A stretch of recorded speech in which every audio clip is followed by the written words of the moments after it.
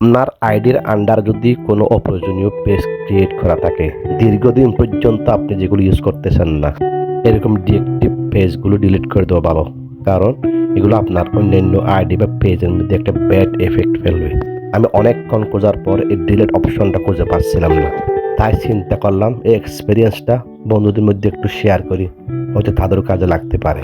প্রথমে আপনার পেজে সুইচ করুন, আপনার আদরের লোগো বা 3 ডট অপশনে ক্লিক করুন, এর নাট বল্টুর উপর আবার ক্লিক করুন। এরপর আপনার পেজের টুল বক্সে যান। সেটিংসের কোনো অপশন যদি খুঁজে না পান, আপনারা এই দূরবীন যন্ত্রটা ব্যবহার করতে পারেন। এবার পেজের কলিজা ধরে টান দেন। পেজের সকারাত শুরু হয়ে গেছে, সেখান থেকে আইসিইউতে। এখন আপনার সিদ্ধান্ত, কি মারবেন নাকি বাঁচাবেন। সর্বশেষ পাসওয়ার্ড দিয়ে তাকে চিরতরে বিদায় দিয়ে দেন।